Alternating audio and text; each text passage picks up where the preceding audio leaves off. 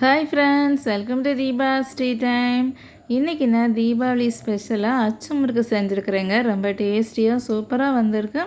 ரொம்பவுமே ஈஸியாக நம்ம செஞ்சிடலாம். நீங்களும் கண்டிப்பாக இந்த தீபாவளிக்கு அச்சு முறுக்கு செஞ்சு பாருங்கள். வாங்க நம்ம எப்படி செய்யலான்னு பார்க்கலாம். அச்சு முறுக்கு செய்கிறதுக்கு ஃபஸ்ட்டு நான் ஒரு 1.5 கப் தேங்காய் பால் எடுத்து வச்சுருக்கிறேன். தேங்காய் பால் சேர்த்தா நல்லா டேஸ்ட்டாக வரும், அதுக்காக தான். இப்போ நம்ம ஒரு மிக்ஸி ஜாரில் 2 முட்டை நம்ம உடச்சி ஊற்றிடலாம். முட்டை சேர்க்குறதுக்கு விருப்பம் இல்லாதவங்க முட்டை சேர்க்காமலும் இதை செய்யலாம், நல்லா தான் இருக்கும். இல்லை ஒரு முட்டை போதுனாலும் நம்ம சேர்த்துக்கலாம். நான் இன்றைக்கி 2 முட்டை சேர்த்துருக்குறேன். இதுக்கு கூடவே நம்ம தேவையான அளவுக்கு சுகர் சேர்த்துடலாம். ஒரு கப் நம்ம சுகர் சேர்த்துடலாம். சேர்த்துட்டு இதை நல்லா மிக்சியில் போட்டு அடித்து எடுத்துகிட்டு வந்துட்டோம். பாருங்கள், இதுக்கு கூடவே நம்ம மைதா மாவு தான் இன்றைக்கி நம்ம சேர்க்க போகிறோம். அச்சு முறுக்குக்கு பச்சரிசி மாவு சேர்ப்பாங்க, நம்ம இன்றைக்கி மைதா மாவில் செய்யலாம். ரொம்பவுமே சூப்பராக வருங்க. கண்டிப்பாக இதே மாதிரி நீங்களும் செஞ்சு பாருங்கள். மைதா மாவு ஒரு 3லேருந்து ஒரு 4 கப் நான் போட்டிருக்கிறேன். ஒரு அரை கிலோ மாவு கணக்கு பண்ணி நம்ம போட்டுடலாம்.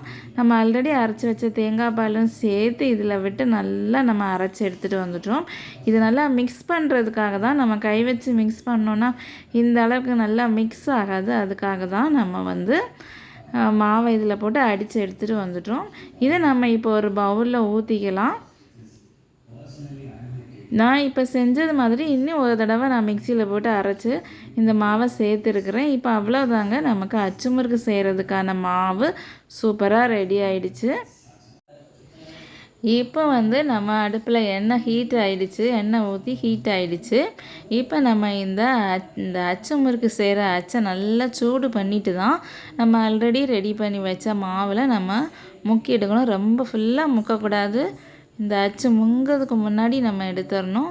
எடுத்துகிட்டு நம்ம இந்த மாதிரி வச்சோன்னா அழகாக இலகி வரும். பாருங்கள், இது நான்ஸ்டிக் அச்சு, அதனால் ரொம்ப ஈஸியாக வரும். நீங்கள் சாதா அலுமினியம் அச்சில் போட்டாலுமே இந்த மாதிரி ப்ரிப்ரேஷன் பண்ணிங்கன்னா அழகாக இலகி வரும். பாருங்கள், நமக்கு எந்த கஷ்டமும் இல்லை, அழகாக வருது.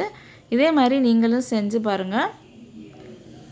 இன்னொரு டிப்ஸ் என்னென்னா, தேங்காய் பால் அரைக்கிறப்போ 2 ஏலக்காவும் சேர்த்து அரைச்சேன்னா நல்லா அரோமாவாக இருக்கும். அவ்வளோதாங்க, நம்மளுடைய அச்சு முறுக்கு சூப்பராக ரெடி ஆகிடுச்சு. கண்டிப்பாக நீங்களும் இந்த தீபாவளிக்கு செஞ்சு பாருங்கள். செஞ்சு பார்த்துட்டு எப்படி இருக்குன்னு கமெண்டில் சொல்லுங்கள். தேங்க்யூ.